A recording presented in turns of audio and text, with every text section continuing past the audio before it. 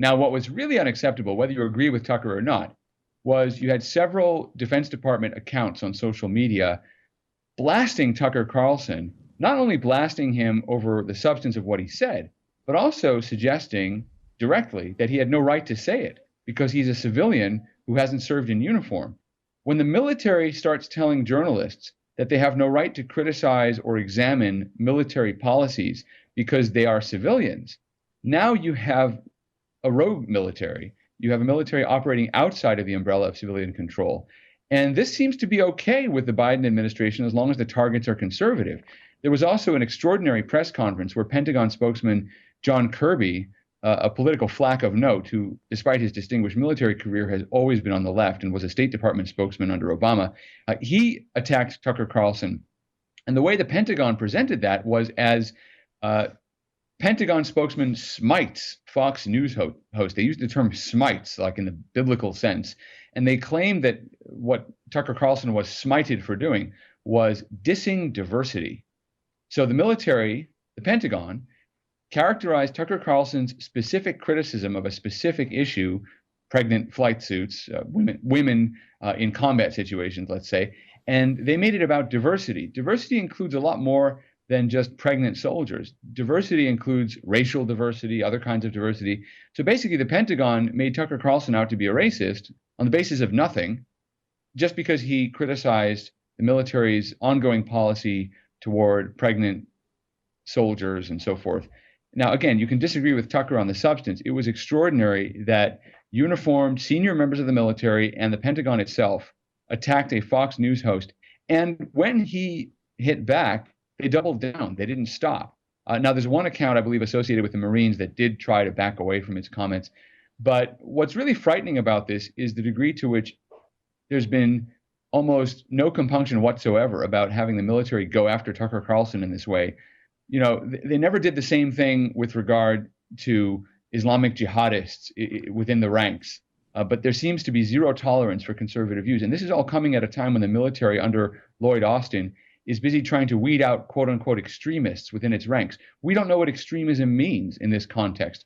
Lloyd Austin said there's going to be a 60-day stand-down, quote-unquote, in the military in various branches while they ferret out the extremists, because there were a handful of former soldiers and a few reservists, maybe one or two active duty people who were arrested at the Capitol riot. But we're talking about maybe about a dozen people. The military as a whole is now being tarnished, and Lloyd Austin is rooting out extremism. Well, the examples of extremism that we're aware of all have to do with the Capitol riot. We don't know that the military is going after Black Lives Matter sympathizers or Antifa supporters in the military. We don't know that, but we do know that they're trying to target people who supported the Capitol protest, and there's no real solid definition of extremism. So now you have the military going after Tucker Carlson and Fox News, who are within the mainstream, well within the mainstream. In fact, Fox News takes a lot of heat from Trump supporters for being too critical of Trump. Fox News well within the mainstream. Now you have the military going after Fox News and Tucker Carlson. It's an unprecedented politicization of the military, and conservatives are starting to sound the alarm. I don't know why leftists are silent, I guess with the exception of one or two, like the Glenn Greenwalds of the world, who've really come out as vociferous defenders of free speech. But most of the Democrats are completely silent about this, completely unconcerned, apparently, that the shoe could be on the other foot one day, and that if you have, a Ted Cruz as Secretary of Defense, that Democrats could be rooted out of the military or attacked. By the way, that would never happen because Ted Cruz is a constitutional conservative. Republicans seem to take the separation of politics and the military rather seriously, but Democrats seem to think the military can be deployed in the service of their ideological ambitions to crush their political opponents. You're so right. I just went on the Navy's homepage today because for some weird reason, the U.S. Navy is using some cyber security excuse to spy on rebel news. I found that really creepy. I went to the Navy homepage. First thing I saw is the 60-day stand down to root out extremism. And I just thought, that's what the left accused the right of, McCarthyism. We don't even know what extremism is. And it's transforming the military into like a palace guard, into a personal gang of the leader. And I saw Ted Cruz wrote a scorching letter to the Secretary of Defense, but I haven't seen much more criticism of it. I find it terrifying. Again, the issue here is how they define extremism. I think that conservatives and liberals would agree that we don't want violent extremists in the military. Major Nidal Hassan, who carried out the Fort Hood massacre in 2009, was an Islamic extremist in the military. And I think everybody would agree we don't want Islamic extremists in the military.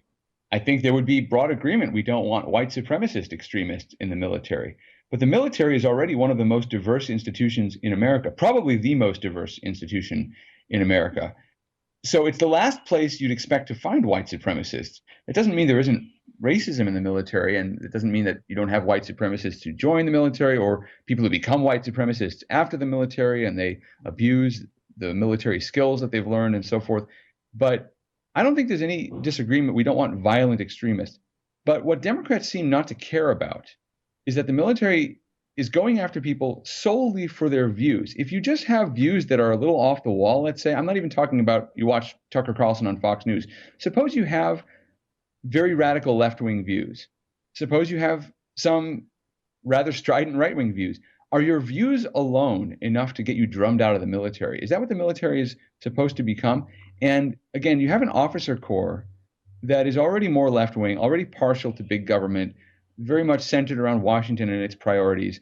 And that officer corps was never quite comfortable with President Donald Trump. A lot of the retired generals and admirals of the last several years came out against Donald Trump, said that he should be removed as soon as possible. That was Admiral McRaven, former commanding officer of the Navy SEALs. The rank and file, the enlisted members of the military, tended to be much more supportive of President Trump. And that's where you saw soldiers showing up at Trump speeches with MAGA hats and that sort of thing. So the military has really struggled to deal with a lot of the political divisions in the country because, of course, Americans are Americans in uniform or out, and some of those divisions do show up within the military itself. But to have the Pentagon going after the major conservative news outlet in the United States and on a spurious basis making up this nonsense about diversity, they could have responded simply and said, pregnant women serve with distinction in the U.S. Armed Forces and left it at that. That's an excerpt from my daily show, The Ezra Levant Show. Every day I do a monologue on the news of the day, then I interview an interesting guest, and then I read my hate mail. You gotta subscribe.